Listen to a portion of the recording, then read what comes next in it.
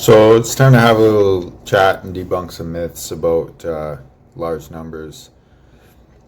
Um, I'm in the middle of editing a video that I made about offline Bitcoin private key generation. And, I went into it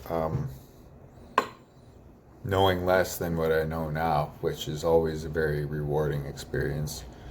So I'm going to shoot this. I'm mid editing. I'm done my video, whatever, but I need to create an intro, which is this, to talk about some stuff. So the first thing, you've probably heard that a fresh shuffle on a deck of cards is a profoundly random number. And so I was like, why not use a deck of cards for a Bitcoin private key? And just the thing about large numbers is we don't have a good intuition for what's a large number. 256 bits is an enormous number. It's enormous. It's 256 coin flips is 256 bits. That number is much, much, much bigger than a deck of cards that's fully shuffled. Who knew? I didn't know that. Hell, I thought it was like, oh yeah, the infinite possibilities of a deck of cards is so mind-blowingly huge. Like, I could create Bitcoin private keys with these, no problem. But do you want to know something? When in this video that I've made here, I attempt to encode the cards into a Bitcoin private key, and I discovered that there's a huge amount of overlap. In fact, there's about 20 different shuffles that can yield the same private key. There's not enough cards in the deck. Because there's 4 suits, that's 2 bits.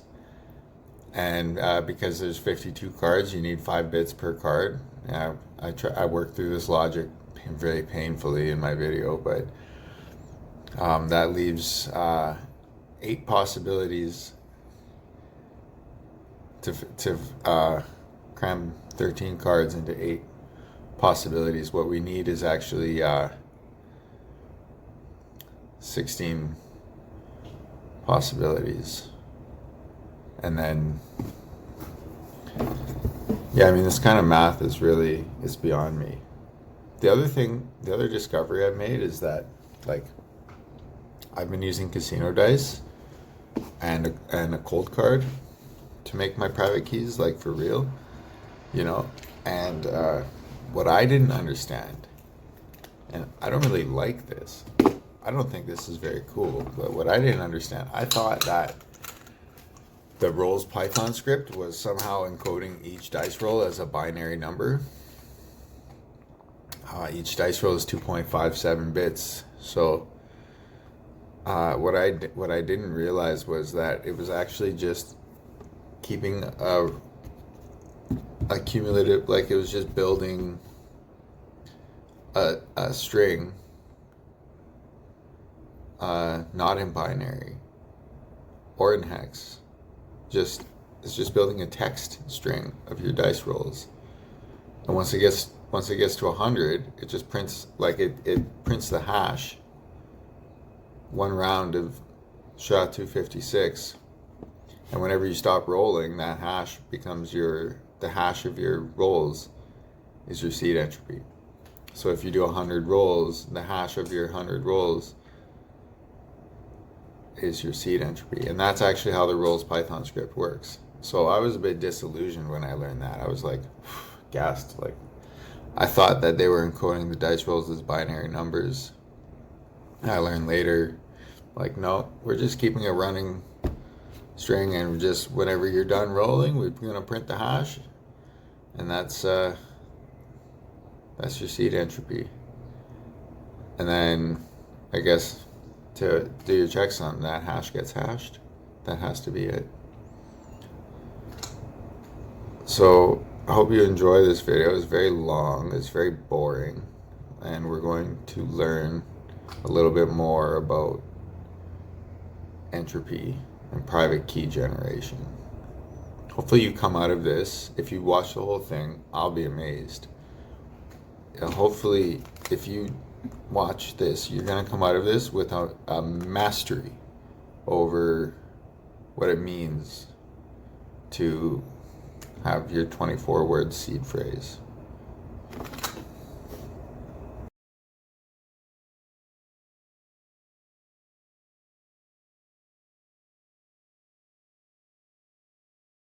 All right, good morning. So I decided that I had just not done this subject justice, and that I needed to really ask the Oracle to get to the bottom of this math. And this PowerPoint was written by GPT, sort of, like I built it, but yeah, anyway. Background and context. Bitcoin private keys are 256-bit random numbers. Offline key generation is desirable for security. A standard deck of cards can be used as an entropy source. Mapping cards to bits must consider collisions and entropy loss. And that is what we experienced, or that is what I experienced doing this experiment. So yeah, this is hard to read because I just kind of copied and pasted. So we're going to skip this slide and go right to 9 for a minute. So here's where ChatGPT works through the math for me, and what it has explained at the bottom here, this is really interesting. Each of the 20 repeated elements introduces a 1-bit loss. So that's really something. So here we have a number 225.6 bits. That is the entropy of a shuffled deck. That is log base 2 of 52 factorial. And I had a discussion with GPT, and it says, yep, for sure, this is the entropy of a deck of cards, and it's smaller than the key space of a properly random Bitcoin private key. So that means the Bitcoin private key contains more entropy than a fully shuffled deck of cards. That said, when I've attempted to map the deck of cards into a Bitcoin private key, I reduced it down to 32 elements actually, because 20 of them had to be repeated in the procedure. And ChatGPT has calculated that each repeated card leaks 1 bit of entropy. So this method, which I'm discussing in this video, oh gosh, this method, trying, thank you, has 205.6 bits of entropy, which is not bad. So it's not ideal. You don't, as I've said, you don't want to maybe hold real money or very much money, but it is an acceptable way. It is an acceptable way and quite an interesting way to have an emergency wallet. So we'll go back here. This is the entropy calculation. This is strong but less than ideal, says GPT. So that's where that's at. GPT wanted to talk about different checksum procedures because it didn't understand at first. I was using the BIP39. I had to tell it that we're using BIP39. So it wanted to include this table. And here's the procedure in 10 steps. Thank you, GPT. Shuffle deck thoroughly. Encode each card to 5 bits. Convert binary to hex. Yeah, 3 and 4 should be flipped here. You want to truncate to 256 bits first, in this case by designating the front and back bits, 2 bits as salt. Calculate 1 round of the hash in tails, extract the first 8 bits, append checks under the entropy, split into 24 chunks of 11, yada yada. And this is the correct way to do this, and this is what we've done in our video. Important notes and best practices. This method yields approximately 205 bits of real entropy, still strong for cryptographic use. Ensure your card-to-bit mapping is consistent and reversible. Here is the terminal command, and if you want to only pull the first 8 bits of the hash in case you're not able to do that yourself, then you can apparently make an even more complex command. Yeah, thank you, GPT. Closing summary. Using a deck of cards encoded into 5 bits per card produces 205 bits of entropy. By adding a single checksum byte, you obtain a 264-bit value convertible into 24 mnemonic words. This approach balances offline physical randomness with cryptographic standards, empowering humans to safely generate Bitcoin seeds without computers. Except we need a computer. So again, thank you, GPT. We need a computer because how else are we going to calculate this?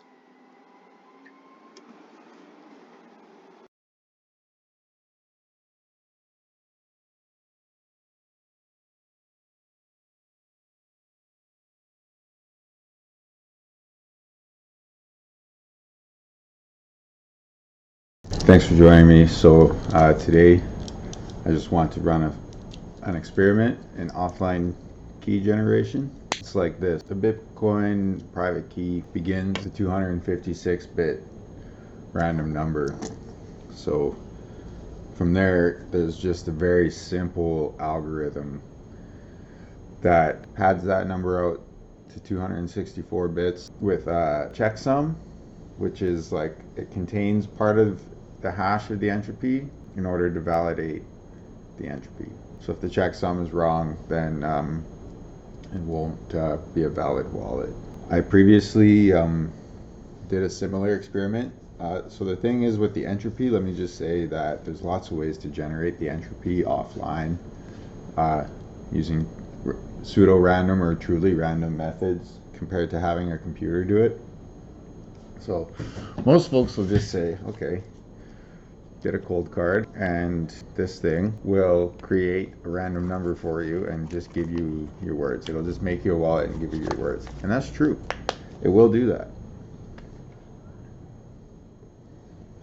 And if you want to stop there, stop there. I've made other videos that have indicated my preferred way to make Bitcoin private keys the seed entropy is with casino dice. So these will produce truly random numbers, and there's a Python script that's contained on the cold card that will accept dice rolls and generate your entropy. So that's how I create real wallets. with money. And then of course, those words need to be backed up into an artifact such as this, which contains the 24 words. I recommend only writing the first 4 letters of each word. There's no need to back up the whole word. It actually causes some entropy leaks, I feel. It makes, any kind of acoustic analysis would be able to identify any words longer than 4 characters as you're stamping the steel, let's say. So this was actually a real risk, If you consistently make all 24 words 4 letters long, then there's no way to tell which words are not 4 letters. Because if you know the actual length of the complete word, it actually substantially narrows the randomness of the entropy. So any kind of acoustical analysis of somebody stamping one of these into steel, the words should be uniform. So that's something that I thought of, and so from now on so I previously did something similar with coins. I took a batch of 8 coins and I wrote a number on each one to read them in order, and I would roll them in batches of 8 at a time. And so that would give me, let's say, a byte of entropy. So I rolled 32 times. I got it my 256-bit random number that way. I shot that whole video and it's saved on this HDD external drive, which is corrupted. It's blasted. So there's real Bitcoin at that address, 21,000 sats. And the only way to get the private key is by watching the video. It's kind of funny. Today I won't be doing real Bitcoin, so we're gonna get right to the experiment because this might take some time. I've got a nice deck of cards, Casino Pro quality cards. You've probably heard that a shuffle is give you 52 factorial of entropy, a clean shuffle. You've probably heard that every single clean shuffle is unique. So that's really something. So it causes me to think, why not use a shuffle to create Bitcoin private key? I think that's very cool. So I'm going to examine my deck of cards. These are my granny's cards from when she was a dealer. These appear to be freshly sorted. I've got a complete deck here. The first thing we want to do, determine how does 256 divide into 52. Calculator, and I'm going to go 256 divided by 52, and I can see that each card is going to be 4.9 bits of entropy. We need to devise a scheme where each card has a round number. I didn't think this through really. Each card is 5 bits of entropy. So we're going to devise a scheme, 256 divided by 5, where each card is 5 bits of entropy, 51.6. So that's going to use all 52 cards. And there's going to be some padding on the end, because that's actually going to yield 260 bits from 52 cards. Because we're using integers here, times 5 is 260. So we're going to need to, this is going to be salted. So what we're going to do is salt this with 2 bits at the front. We're going to have the 256-bit body, and we're going to salt this with 2 bits at the rear. And so the payload here is going to be the 256-bit random number. We're just designating the first 2 and the last 2 bits are salt. The whole scheme, if you can remember that scheme, then what you can do is shuffle the deck, write your words, and go put the deck of cards away somewhere in your house. And nobody needs to know that your Bitcoin private key is backed up into that deck of cards, encoded into that deck of cards. So what we need to do now is come up with a scheme where each card encodes 5 bits of entropy. The first thing we should do is, if there's 4 suits, then that's 2 to the power of 2, and so that's going to be 2 of our bits, and then we need 2 to the 3 bits. We need to obtain 2 bits from the suits and 3 bits from the value. So we need to encode 13, but we only can have 8. Got it. How are we gonna encode 5 bits into 13?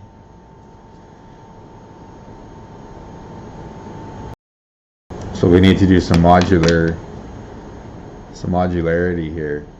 Now this is how we're going to assign 5 bits to every card. There's going to be 2 bits for its value. 2 bits for its suit and 3 bits for its value. So the spades are going to be, and we have 2 bits here. So the spades are going to be 0, 0. Hearts are going to be 0, 1. Clubs are going to be 1, 0. And diamonds are going to be 1, 1. Again, this is just a game, and I'm devising this scheme on the spot here. But it's going to work. So, again, we have spades, hearts, clubs, and diamonds. 0, 0, 0, 1, 1, 0, and 1, 1. Seems consistent. And so this is our 2-bit, and then this will be our 3-bit. So these are the first 8 binary numbers in order. And we can now populate a table with 8 entries, and then we can roll it over at 2. So we just have a little bit of overflow here, where 2 and 9 are the same, 3 and 10 are the same, which means that we are actually reducing by 20. We're pulling 20 cards out of this. So we don't have 52 factorial. I suppose that means we have 32 factorial. Something's telling me that, like, I'm wrong. And that 256 bits, there's a shuffled deck of cards, 52 factorial, does not even contain 256 bits. But the show must go on. First thing we're going to do, shuffle, get a good shuffle. Second thing we're going to do, encode this thing as binary. Encode the entire deck of cards as its 5-bit binary numbers. Actually, what we're going to do is every 4 cards, I'm going to write this down. Procedure. Clean shuffle. Okay, I really need to understand, like, I've been under this crazy illusion that 52 factorial shuffled deck of cards was supposed to be like the most, like, mind-blowingly huge number that we deal with. But if it's true that number is smaller than 256 bits, then this method is conveying not enough entropy. So I'm either wrong, or I've looked it up wrong, or I just the math, I'm struggling with the math here, with comprehending. I thought this was going to be like the most superior method, but now I'm looking at it like I'm not so sure. We're going to record that in hex, so I don't have to write down a 256 number in binary. In order to do that, you need something like this. Number 4 in the procedure is boot tails. So tails can be flashed onto USB and then booted onto a laptop. Everybody should, in this day and age, should know how I should have a copy of Tails and be familiar with booting Tails. Just cause it's, yeah. Get the hash, get the checksum, and then step 6, break down 264-bit checked checksum padded output is going to be 24 words times 11. And Let's shuffle this.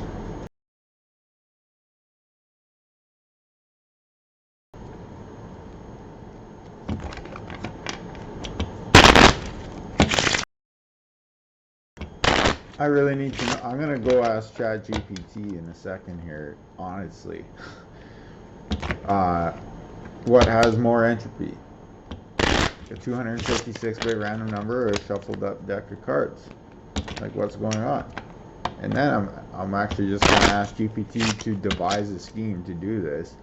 And I'm gonna come back with part 2 with a much more clever scheme instead of trying to invent one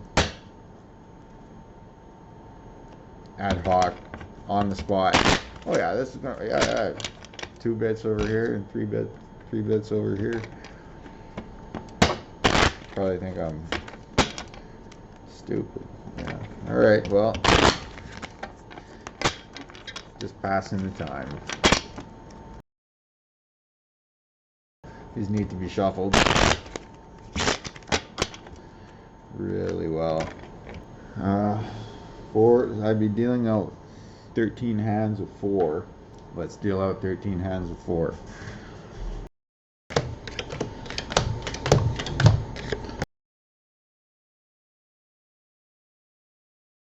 I'm going to open the pack and read it in this order, with the top card on the left.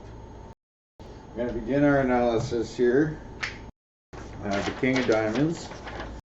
So the King of Diamonds, we'll read it in the conventional way. King of Diamonds, so I'll do the King. 1, 2, 3, 4, 5, 6. Yeah, this is the King here. I'll put a dash on the King. It's 101. So the King of Diamonds is going to be 101, 1, 1.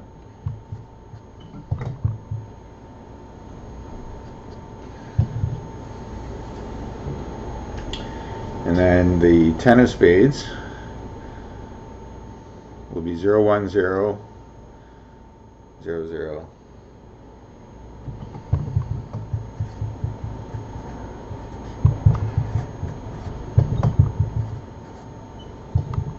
Five of Spades will be 1, 0, 0, 0, 0.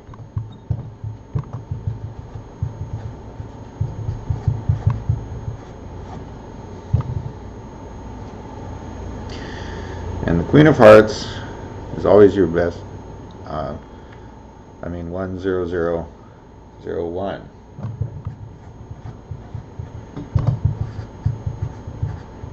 So, what I like about this modular arithmetic here is, as you can see, if I could just get this on my camera right, the Queen of Hearts and the Five of Spades are like super close to the same number.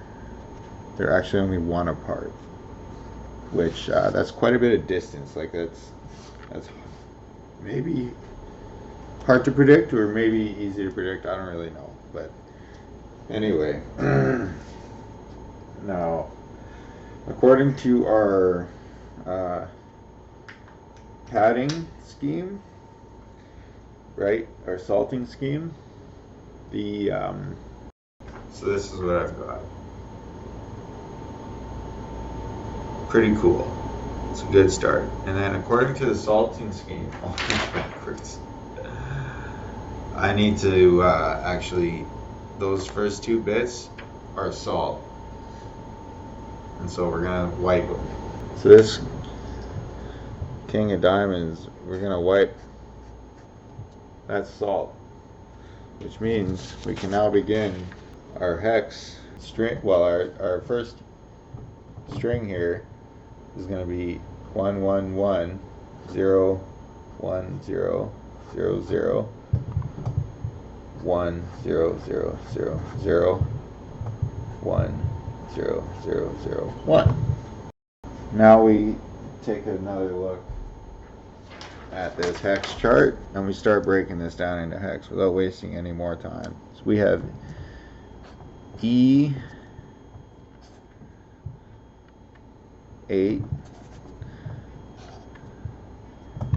8,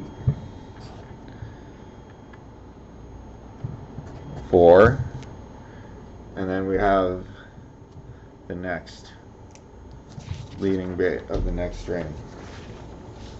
So we're going to back this right back up. So I deal these out from the top card and then read from the left. So this is the bottom card. This is the top card right here. These need to stay backed up exactly like this. No more encryption. This has to stay backed up. This is the top of the deck now. So I'm going to stack these over here on the shelf face up. We quickly begin the next business.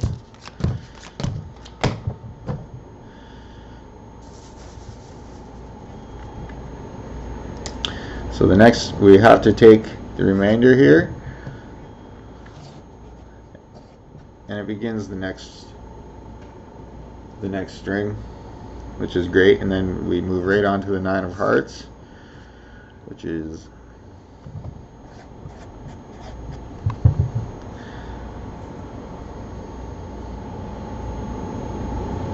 the Ace of Spades, 5 zeros. Cool. King of Clubs, 10110. 3 of Clubs, 01010. Right.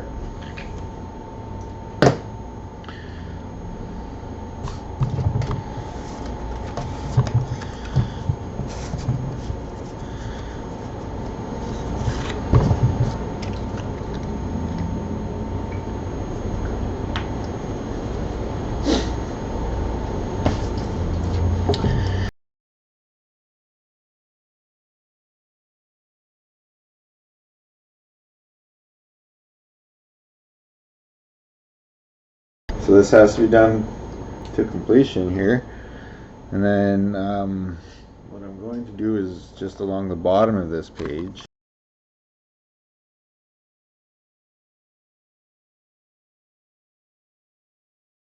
today's video is all about entropy. So who could have predicted that I was going to get a chair?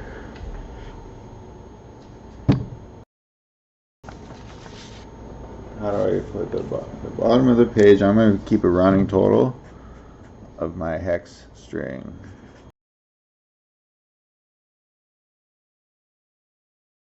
And with every hand, we carry forward the remainder into the next hand.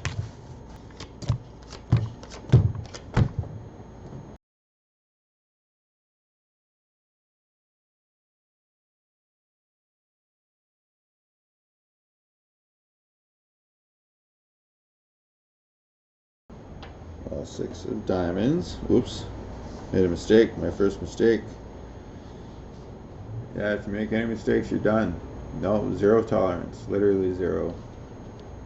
6 of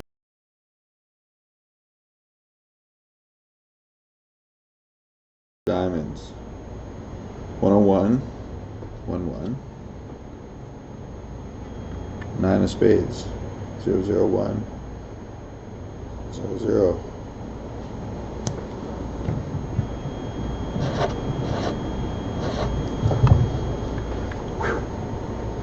Two of diamonds. Yeah, you have to do this really forensically. 2 of diamonds. 0-0-1. 1-1.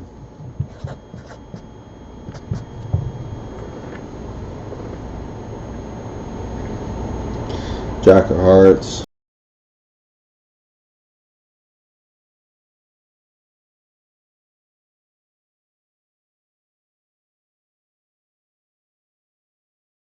I'm going to begin booting tails. Would be a sensible decision to start booting tails before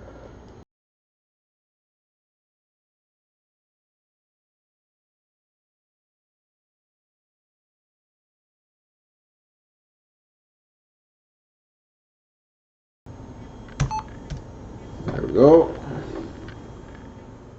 Temporary startup device F12.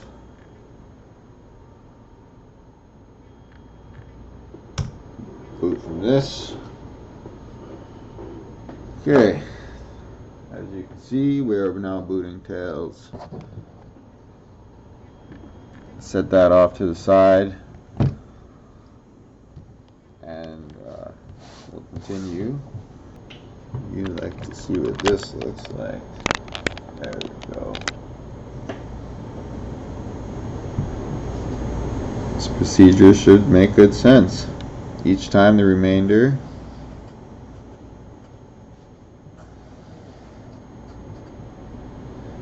because we scrapped the first 2 bits as salt, we're also going to scrap the last 2 bits as salt. So let's break this down quick. This is a 1. 1011 is 9. This is the F. That's another 1011 is B. We're going to carry that remainder A1 9FB.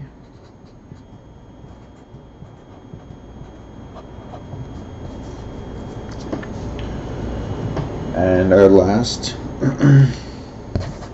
little bit.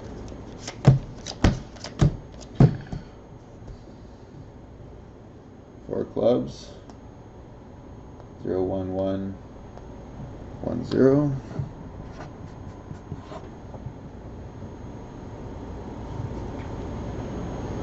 6 of spades. Alright, so go back to tails for a sec. This is the tail start screen. There's persistent storage, but we're not going to be needing that. We won't be connecting to any Wi-Fi. I'm just going to run this in air gap mode. Persistent storage still locked. Just, yeah, start without. It's not necessary.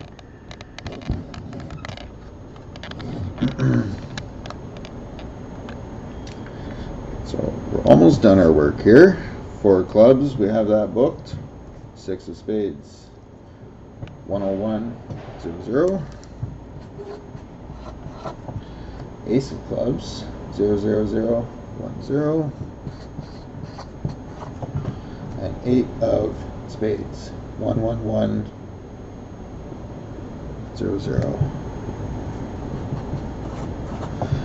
Okay. And we are done generating and decrypting our entropy. So,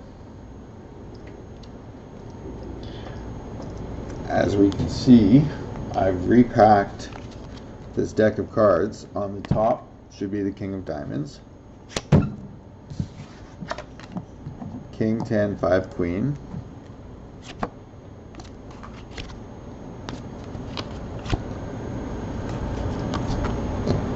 And then from there, we have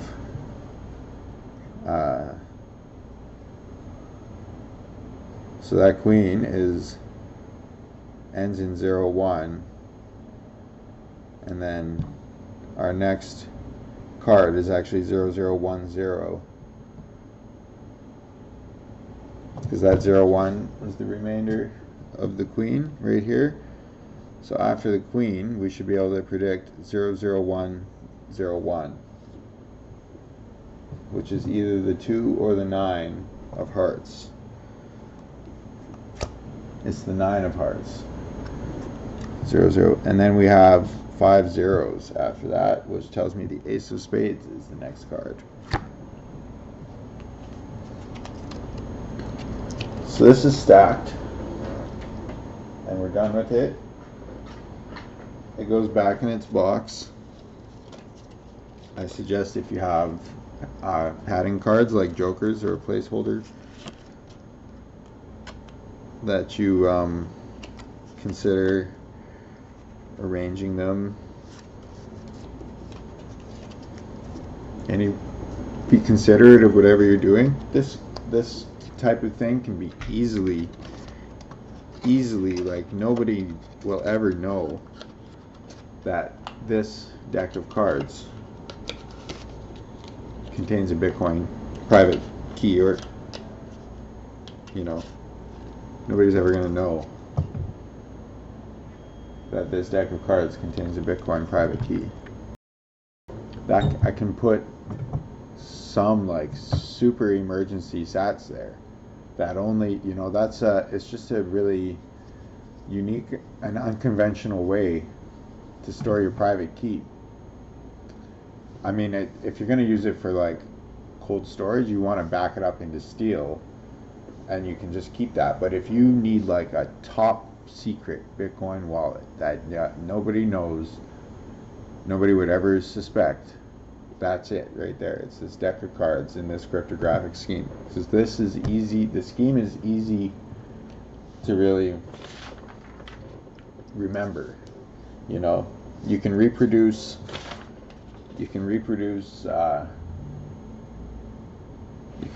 this pretty easily. You just need to remember that 2 becomes 9, 6 becomes king, the order of the suits, stuff like that. You need to remember the protocol.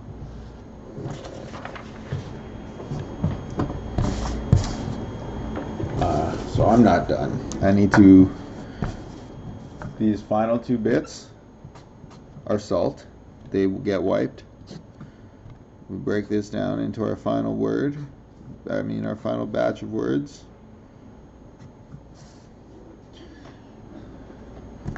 This is a 1. 1011 is B. 0100 is 4. That's another 1. 0111 is 7. 1B417. So now what we have is a hex string of 64 characters. This is going to look like just any generic SHA-256 hash. This is a 256-bit string in hex. And so to make sure, you need to count it's actually 64 characters.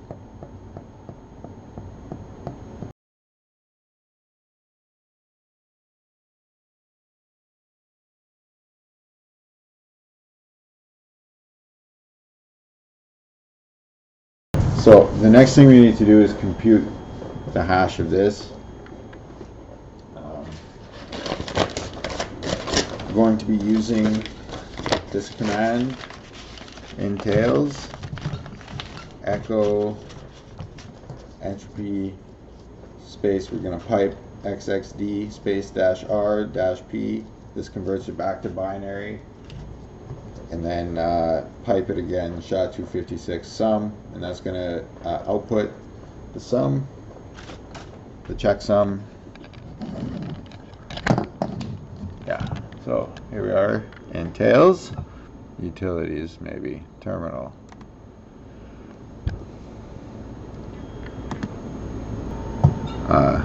You just got to follow along with me here. Type the word echo, hit space. And then you type your whole string in. I don't think it matters if you're in caps or not. E8844. Yeah, I think actually you want to just do lowercase. E8844 A0 B2 B4 7 6.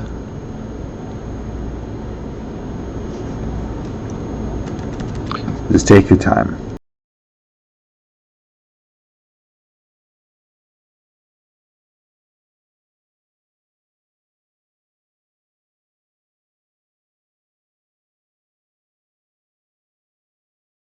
Okay, that's my whole string. Yeah, and then you have to hit the pipe again after your entropy, and you have to write this according to GPT. This is going to convert it back to binary, xxd -r -p. It saves us from typing out a binary string, which would mess your brain up. -r dash P, hit the pipe again, then write SHA-256 sum. And before I bang that off, I'm just gonna check and make sure that I have the right 7. Cool. Okay, so the output of that, let me get that right on screen if I can. There we go.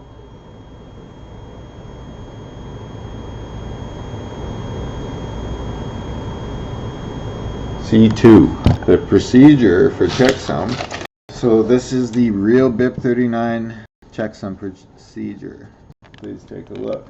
BIP39 checksum. 1 256-bit entropy. In this case, that was our shuffled deck of cards.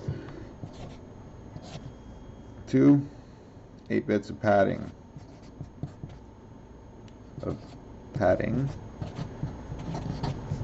At the end to make this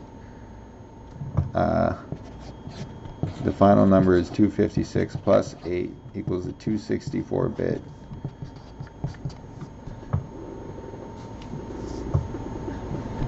seed. Okay, that's how that works for real. So we have our entropy. Now we need our 2 bits of padding.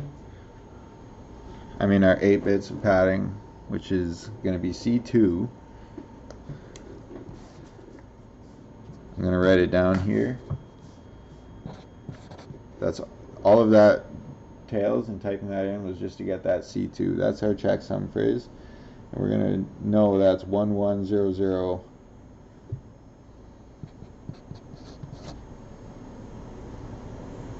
0010. Right? So we know that C2 is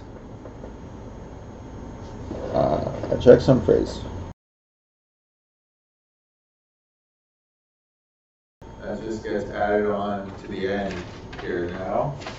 See that?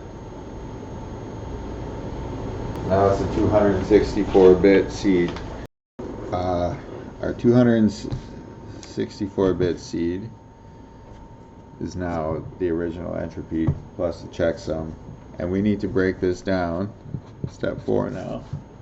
We need to break this down into 11-bit chunks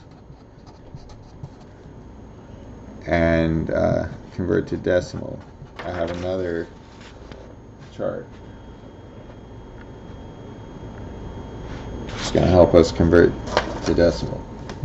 Go right back to our binary entropy here, because the easiest way we're going to break this down into 11-bit chunks is with a different color. So our first 11-bit chunk is going to end right here, right? 1 2 4 8 12 minus 1 11.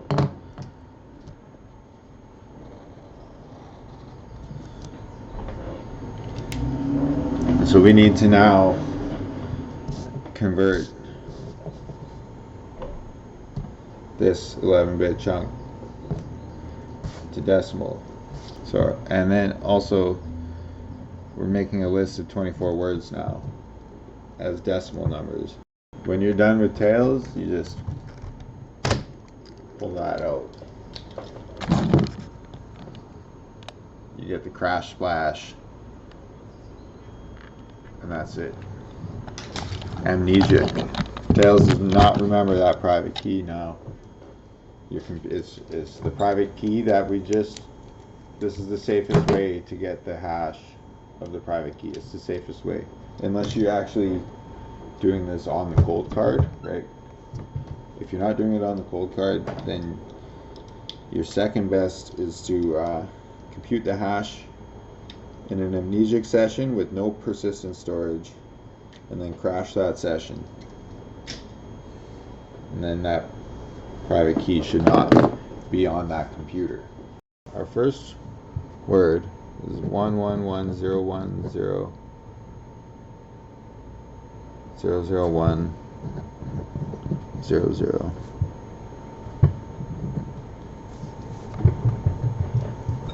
2, 3, 4, 5, 6, 7, 9, 10, 11.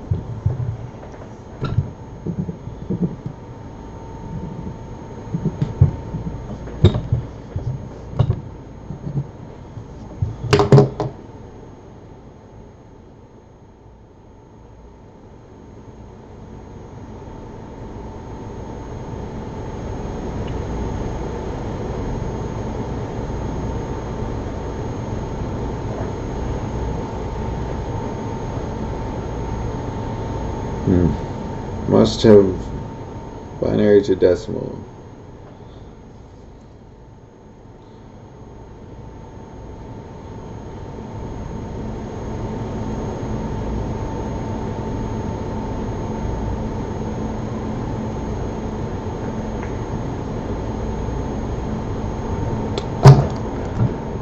Zero, 1, 2, 3, 4, 5, 6, 7, 8, 9, 10. Right, okay.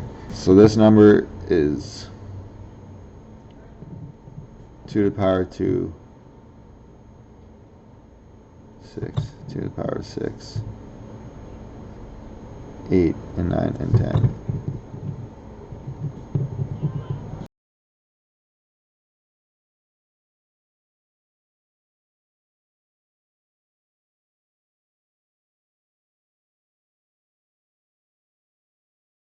$18.60. That's right. So the first word is 1860. 1860 is trick. And that's our first word.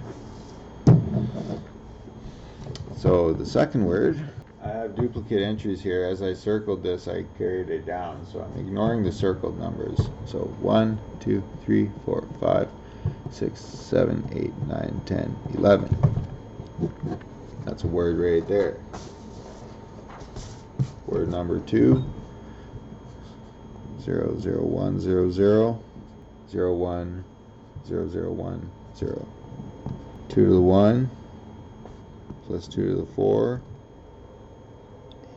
plus 2 to the 8. 256, plus 16,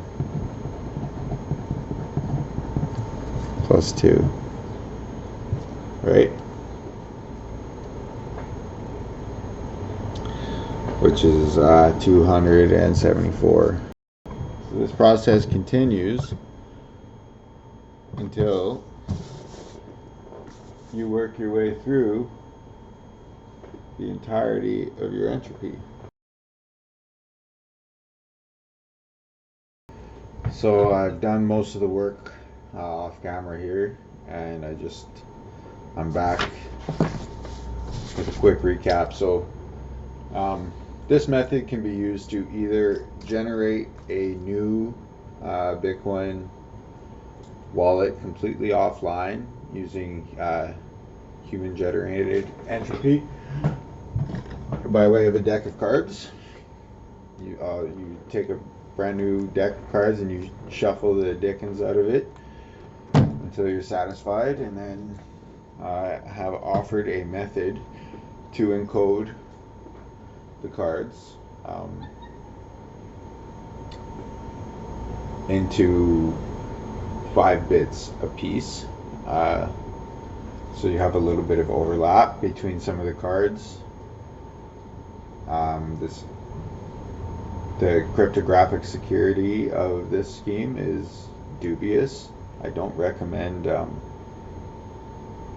doing it with real money unless you can personally verify the math. Like earlier in the previous scene, I attempted to examine the math, and like these numbers, they're all enormous, but it seems like there's more, like a 256-bit number is bigger than the number of possibilities that you can shuffle a deck of cards. So like you have some overlap in that space.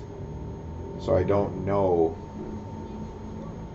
about the randomness.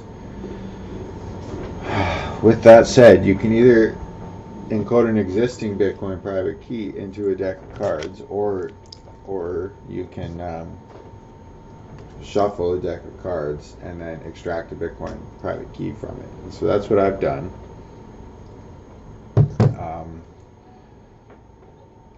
So I have, you can see here, if you remember the process, I dealt the deck of cards out, and then each card was encoded as 5 bits, so that gave us 260 bits. And I scrapped the first 2 bits as salt. This was my first hand that I dealt. I scrapped the first 2 bits as salt, and I scrapped the last 2 bits as salt.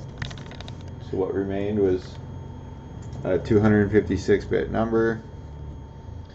I broke it down into hex as we go in order to output a hex string minus this 256-bit string in hex, and then we computed the SHA-256 hash of this in tails, and then obtained the first 8 bits of that hash and appended to the end. So now we have a 264-bit string. I went back to the original entropy, and I then broke it down into words of 11 bits a piece, just with these dashed lines. Overlook these remainders. So anyway, every dash line breaks down the words, and then from there, each word has to get converted into decimal. And so I started from the top like this. I forgot how to do it for a minute, but then I remembered. So yeah, you take each 11-bit word in order and you convert it to decimal. Each one of these has a decimal number, and then that number cross-references the index on the bit 39 word list. So one thing you want to do if you're a backup guy like me is have a copy of that bit 39 word list. Not saying that I do, but that would be cool. And anyhow, I worked my way through this word by word. Here's my proof of work right here. You can see, for example, word 9 is right here. I calculated it carefully, each one of these index to a word, and I have built from this a word list, an actual bit 39 word list. And now I'm on word number 23, and I wanted to just catch you back up. And so word number 23, 010 100 00010.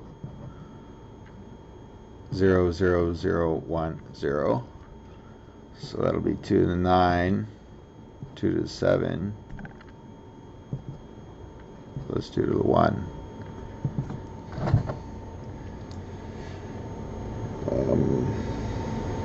So 512 plus 128 plus 2 is 642.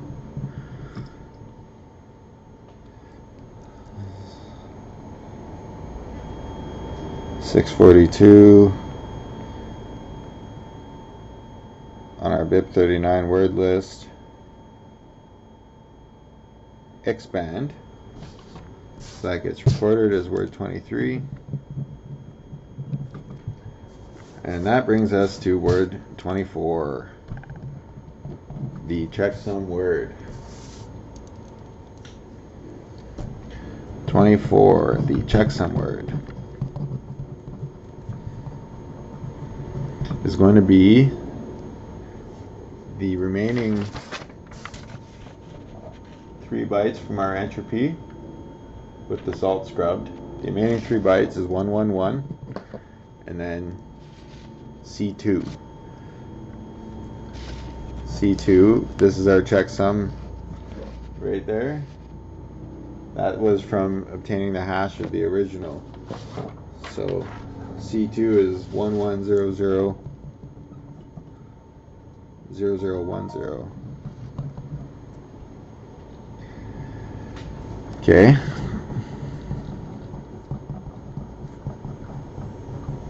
Six, 10, 9, 8, 7, 6 plus 2 to the 1. This checksum word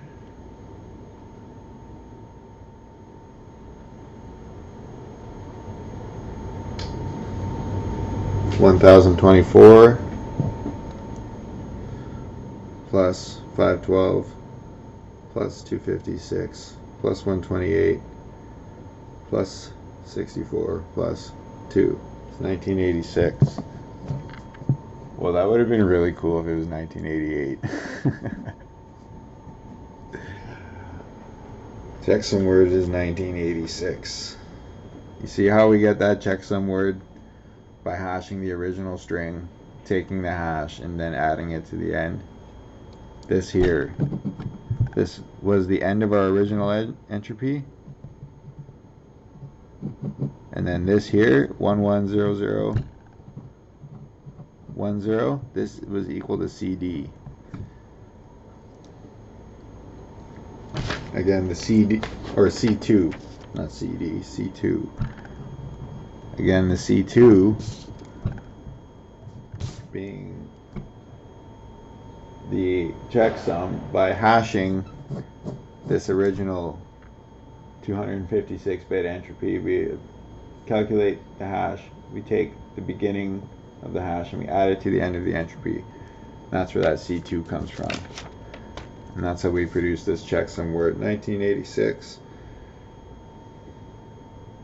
And this will create a valid, this is what validates it using SHA-256 as a Bitcoin wallet. That word is, of course, wealth.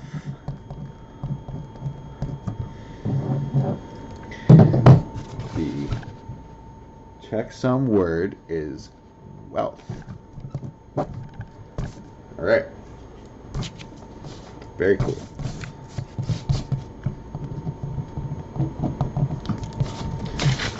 So, on your screen is a valid Bitcoin wallet that was generated completely offline by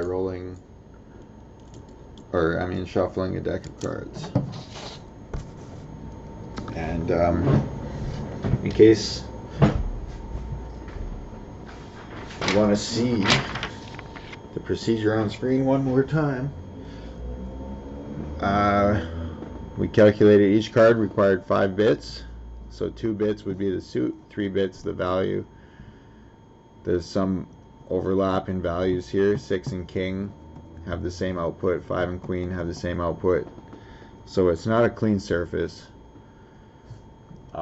Some confusion about what kind of math is involved. This is all a big question mark. Procedure: clean shuffle, build packs of 4 cards, record in hex, get the checksum. Yeah. Anyway, this is how I encoded the cards. And it was read like this. So the king of diamonds, let's say, or whatever, what was my first card? King of diamonds.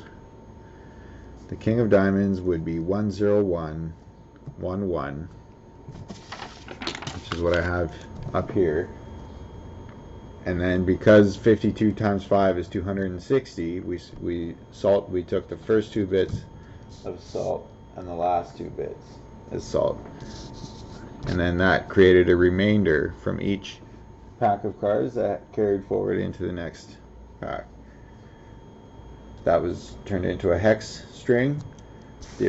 But you can see how the actual seed entropy is just this enormous 256-bit binary number. Now it makes sense. Even this hex string is just an enormous 264-bit binary number that looks like this.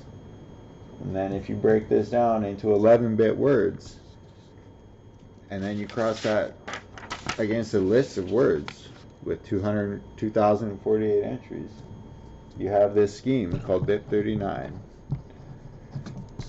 that encodes your 256-bit private key, your seed entropy, your 256-bit entropy, gets padded out with the checksum and then encoded into words. So that's how that works. And that's how you generate a wallet offline.